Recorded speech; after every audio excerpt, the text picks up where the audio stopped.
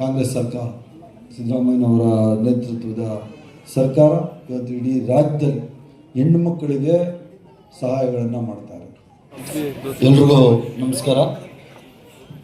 ಜಿಲ್ಲಾಡಳಿತ, ಜಿಲ್ಲಾ ಪಂಚಾಯತ್ ಮಹಿಳಾ ಮತ್ತು ಮಕ್ಕಳ ಅಭಿವೃದ್ಧಿ ಇಲಾಖೆ ಕೋಲಾರ ಜಿಲ್ಲೆಯ ಇವರ ಸಹಯೋಗದೊಂದಿಗೆ ಇವತ್ತು 2025-26ನೇ ಸಾಲಿನಲ್ಲಿ ಜಿಲ್ಲೆಯಲ್ಲಿ ಹೊಸದಾಗಿ ಆಯ್ಕೆಯಾದ ಅಂಗನವಾಡಿ ಕಾರ್ಯಕರ್ತರು ಹಾಗೂ ಅಂಗನವಾಡಿ ಸಹಾಯಕರ ನೇಮಕಾತಿ ಆದೇಶ ಪತ್ರದ ಈ ಕಾರ್ಯಕ್ರಮಕ್ಕೆ ಆಗಮಿಸಿರುವಂಥ ವೇದಿಕೆ ಮುಂಭಾಗದಲ್ಲಿ ಆಸೀನರಾಗಿರುವಂಥ ಎಲ್ಲ ನನ್ನ ಪ್ರೀತಿಯ ಸಹೋದರಿಯರೇ, ವೇದಿಕೆ ಮೇಲೆ ಆಸೀನರಾಗಿರುವಂಥ ಈ ಕಾರ್ಯಕ್ರಮದ ಅಧ್ಯಕ್ಷತೆಯನ್ನು ವಹಿಸಿರುವಂತಹ ಕೋಲಾರ ಕ್ಷೇತ್ರದ ಶಾಸಕರಾದ ಡಾಕ್ಟರ್ ಕೊತ್ತೂರು ಮಂಜುನಾಥ್ರವರ, ಮುಖ್ಯಮಂತ್ರಿಗಳ ರಾಜಕೀಯ ಕಾರ್ಯದರ್ಶಿಗಳು ಹಾಗೂ ಮೇಲ್ಮನೆಯ ಸದಸ್ಯರಾದ ನಜೀರ್ ಅಹಮದ್ ಅವರ, KUDFCಯ ಅಧ್ಯಕ್ಷರು ಹಾಗೂ ಬಂಗಾರಪೇಟೆ ಶಾಸಕರಾದ ನಾರಾಯಣ ಸ್ವಾಮಿಯವರ,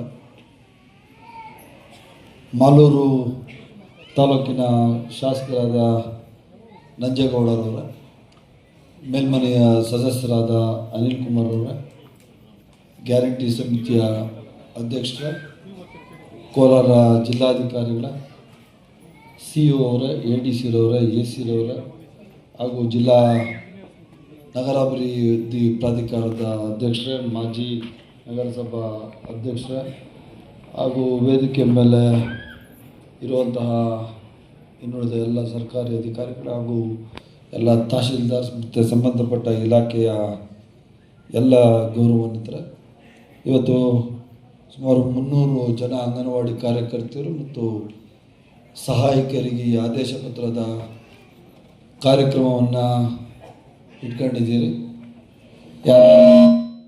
ಯಾರ್ಯಾರು ರಿಟೈರ್ಡ್ ಆದರೂ ಅವ್ರ ಜಾಗಕ್ಕೆ ಹೊಸದಾಗಿ ಅತ್ಯಂತ ಪಾರದರ್ಶಕವಾಗಿ ಅಂಗನವಾಡಿ ಸಹಾಯಕಿಯರು ಮತ್ತು ಅಂಗನವಾಡಿ ಕಾರ್ಯಕರ್ತನ ನೇಮಕವನ್ನು ಇವತ್ತು ಕಾಂಗ್ರೆಸ್ ಸರ್ಕಾರ, ನಮ್ಮ ಸರ್ಕಾರ, ಸಿದ್ದರಾಮಯ್ಯನವರ ನೇತೃತ್ವದ ಸರ್ಕಾರ ಮಾಡಿದೆ.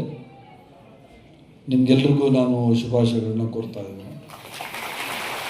ಯಾರಿಲ್ಲಿ 300ಕ್ಕೂ ಹೆಚ್ಚು ಜನ ಯಾರು ನೀವು ಅಂಗನವಾಡಿ ಕಾರ್ಯಕರ್ತರು ಸಹಾಯಕರು ಇದ್ದೀರಿ, ಇಲ್ಲಿ ಯಾರ್ದು ಇನ್ಫ್ಲೂಯೆನ್ಸು ಇಲ್ಲ, ಮಿನಿಸ್ಟ್ರದ್ದು ಇಲ್ಲ, ಯಾವ MLA MLC ಯಾರ್ದು ಇಲ್ಲ. ಅತ್ಯಂತ ಪಾರದರ್ಶಕವಾಗಿ ಟ್ರಾನ್ಸ್ಪರೆಂಟಾಗಿ ಒಬ್ಬೊಬ್ಬರೂ ಅವರ ಘನತೆಗೆ, ಅವರ ಕೆಪಾಸಿಟಿಗೆ ತಕ್ಕಂತೆ ನಿಮ್ಗೆಲ್ಲರೂ ಇಲ್ಲಿ ಆಯ್ಕೆ ಮಾಡಿರೋಂಥದ್ದು. ನಿಮ್ಗೆ ಗೊತ್ತಲ್ಲ, ಅದು ಯಾರು ಇನ್ಫ್ಲೂಯೆನ್ಸ್ ಮಾಡಿದ್ದಾರೆ?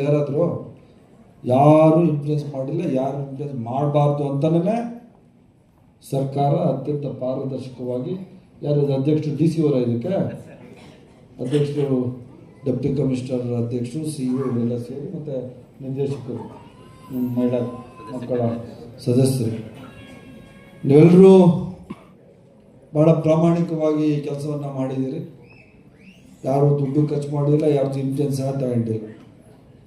ನಾನು ಹೇಳೋಕ್ಕೆ ಇಷ್ಟೇ, ಸರ್ಕಾರ ನಿಮ್ಮ ಮೇಲೆ ನಂಬಿಕೆಯನ್ನಿಟ್ಟು ನಿಮ್ಮ ಒಂದು ಯೋಗ್ಯತೆಗೆ ತಕ್ಕಂತೆ ನೀವೇ ಇದಕ್ಕೆ ಭಾಜನರಾಗಿದ್ದೀರಿ ಅಂತೇಳಿ ನಿಮ್ಮನ್ನು ಆಯ್ಕೆ ಮಾಡಿದೆ. ಯಾವ ಥರ ಸರ್ಕಾರ ನಿಮ್ಮ ಮೇಲೆ ನಂಬಿಕೆ ಇಟ್ಟು ಯಾವುದೇ ಒತ್ತಡಕ್ಕೆ ಮಣಿಯದೆ ನಿಮಗೆ ಆದೇಶಗಳನ್ನು ಕೊಟ್ಟಿದ್ದಾರೆ, ಸರ್ಕಾರದಲ್ಲಿ ನಿಮಗೆ ಕೆಲಸವನ್ನು ಕೊಟ್ಟಿದ್ದಾರೆ, ಅದೇ ಥರ ನಿಮ್ಮ ಸೇವೆಯನ್ನು ಸರ್ಕಾರ ಜನಸಾಮಾನ್ಯರಿಗೆ ಬಯಸ್ತದೆ.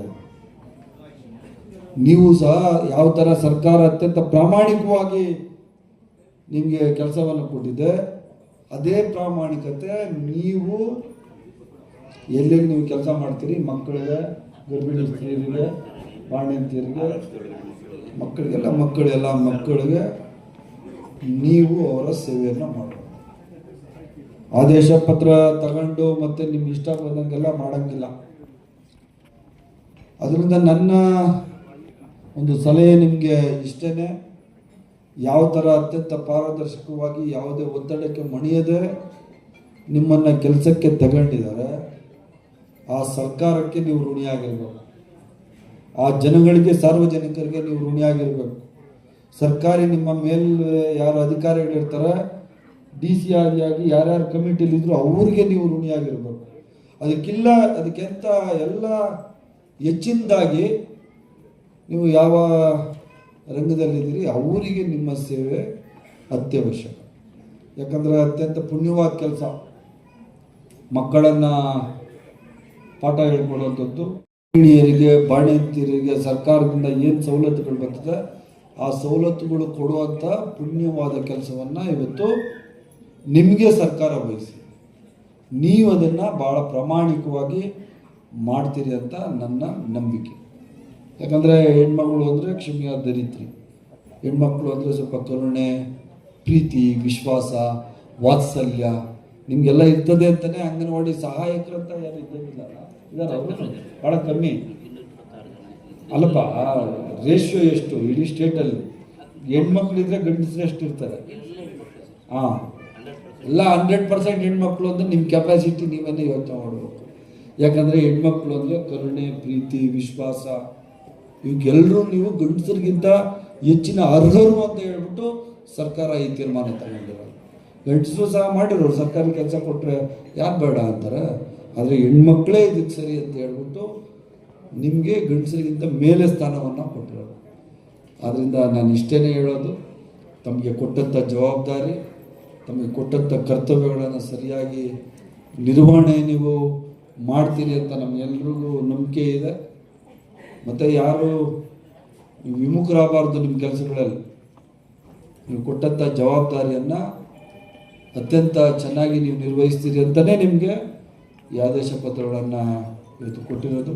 ಯಾವತ್ತೂ ಅಂಗನವಾಡಿ ಕಾರ್ಯಕರ್ತರಿಗೆ, ಅಂಗನವಾಡಿ ಸಹಾಯಕರಿಗೆ ಸರ್ಕಾರ ಅವ್ರ ಜೊತೆಯಲ್ಲಿರ್ತದೆ. ಎಷ್ಟು ಸಂಬಳ ಮಾಡಿದ್ದೀವಿ ಯಾರಿಗೆ? ಇದು ಸಹಾಯಕರಿಗೆ 6,000 ಮತ್ತು 12,500 ವರ್ಷನೂ ಜಾಸ್ತಿ ಮಾಡ್ತಾ ಇರ್ತಾರೆ. ಅವರು ಜಾಸ್ತಿ ಮಾಡ್ತಾನೇ ಇರ್ತಾರೆ. ಅಂದರೆ ಕೆಲಸ ಎಷ್ಟೊತ್ತಿಂದ ಎಷ್ಟೊತ್ತು ತನಕ ಇದೆ? 9 ರಿಂದ 4 ಗಂಟೆ. ಆದ್ದರಿಂದ ಹೆಣ್ಮಕ್ಳು, ನೀವೆಲ್ಲ ಹೆಣ್ಮಕ್ಳು ಎಲ್ಲೆಲ್ಲ ಏರಿ ಸೇರಿದಿರಿ, ನಿಮ್ಗೆಲ್ರಿಗೂ ಒಳ್ಳೆಯದಾಗಲಿ. ನಿಮ್ಮ ಕೆಲಸಗಳಲ್ಲಿ ನೀವು ಪ್ರಾಮಾಣಿಕತೆಯನ್ನು ತೋರಿಸಿ ಅಂತ ನಾನು ಈ ಸಂದರ್ಭದಲ್ಲಿ ಹೇಳಿ, 300 ಜನಕ್ಕೂ ಆದೇಶ ಪತ್ರ ನಿಮ್ಮ ಇಲಾಖೆಯವ್ರು ಕೊಡ್ತಾರೆ. ಸಾಂಕೇತಿಕವಾಗಿ ನಾನು ಒಂದು 4-5 ಜನಕ್ಕೆ ಕೊಡ್ತೀನಿ. ಬೇರೆ ಭಾಳಷ್ಟು ಕಾರ್ಯಕ್ರಮಗಳಿದ್ದಾವೆ, KDP ಸಭೆ ಇದೆ, ಇನ್ನೂ ಹಲವಾರು ಸರ್ಕಾರಿ ಕಾರ್ಯಕ್ರಮಗಳು ಇರೋದರಿಂದ ನಿಮಗೆಲ್ರಿಗೂ ಒಳ್ಳೆಯದಾಗಲಿ ಅಂತ ನಾನು ಬಯಸಿ, ಕಾಂಗ್ರೆಸ್ ಸರ್ಕಾರ, ಸಿದ್ದರಾಮಯ್ಯನವರ ನೇತೃತ್ವದ ಸರ್ಕಾರ ಇವತ್ತು ಇಡೀ ರಾಜ್ಯದಲ್ಲಿ ಹೆಣ್ಣು ಮಕ್ಕಳಿಗೆ ಸಹಾಯಗಳನ್ನು ಮಾಡ್ತಾರೆ. ಈಗ ನಾವು 5 ಮಹತ್ವಾಕಾಂಕ್ಷಿ ಯೋಜನೆಗಳು ಕೊಟ್ಟರಲ್ಲ, ಇವೆಲ್ಲ ಹೆಣ್ಮಕ್ಳಿಗೇ ಫ್ರೀ. 2,000 ರೂಪಾಯಿ ಹೆಣ್ಮಕ್ಳು ಕೊಡೋದು. ಏನಮ್ಮ, ಹೆಣ್ಮಕ್ಳು ಎಲ್ಲ ಹೆಣ್ಮಕ್ಳು ಇಡೀ ರಾಜ್ಯದಲ್ಲಿ ಬಸ್ಸಲ್ಲಿ ಫ್ರೀಯಾಗಿ ಓಡಾಡೋದು. 5 kg ಅಕ್ಕಿ ಫ್ರೀ, 5 kg ಅಕ್ಕಿದು ದುಡ್ಡು, ಮತ್ತು ಕರೆಂಟು 200 ಯೂನಿಟ್. ಇನ್ನು ಇಲ್ಲಿ ಅಂಗನವಾಡಿ ಕಾರ್ಯಕರ್ತರು ನೀವಿದ್ದೀರಿ. ಎಷ್ಟು ಜನ ಇಲ್ಲಿ ಕರೆಂಟ್ ಬಿಲ್ ಕಟ್ತಾ ಇದ್ದೀರಿ? ಕೈ ಹತ್ರಮ್ಮ, ಕಟ್ತಾ ಇದ್ದೀರಾ? ಯಾರಾದರೂ ಕಟ್ತಾ ಇದ್ದೀರಾ? ಏನು ಕರೆಕ್ಟಾಗಿ ಹೇಳ್ರಿ. ಯಾರೂ ಕಟ್ತಾ ಇಲ್ಲ. ಯಾಕೆ ಅಂದರೆ ನಿಮಗೆ ಒಂದು ತಿಂಗಳಿಗೆ 2,000-3,000 ಉಳಿಲಿ ಅಂತ ಹೇಳಿ ಸರ್ಕಾರ ಕೊಟ್ಟಿರುವಂಥ ಯೋಜನೆ. ಹೇಳ್ದಂತೆ ನಡೆದಂತೆ ಹೇಳುವಂಥ ಸರ್ಕಾರ ಯಾವುದಾದ್ರೂ ಇದ್ದರೆ ಅದು ಕಾಂಗ್ರೆಸ್ ಸರ್ಕಾರ, ನಮ್ಮ ಮುಖ್ಯಮಂತ್ರಿ ಸಿದ್ದರಾಮಯ್ಯನವರು ಅಂತ ನೀವೆಲ್ಲರೂ ನೀವು ಕರ್ಕೊಂಡು ಮಾಡ್ತಾರೆ. ಬೇರೆ ಬೇರೆ ಸರ್ಕಾರಗಳಲ್ಲಿ ಇನ್ಫ್ಲೂಯೆನ್ಸು, ದುಡ್ಡು, ಇನ್ನೊಂದು ಮತ್ತೊಂದು ನಡೆಯೋದು. ಹೇಳೋಣ,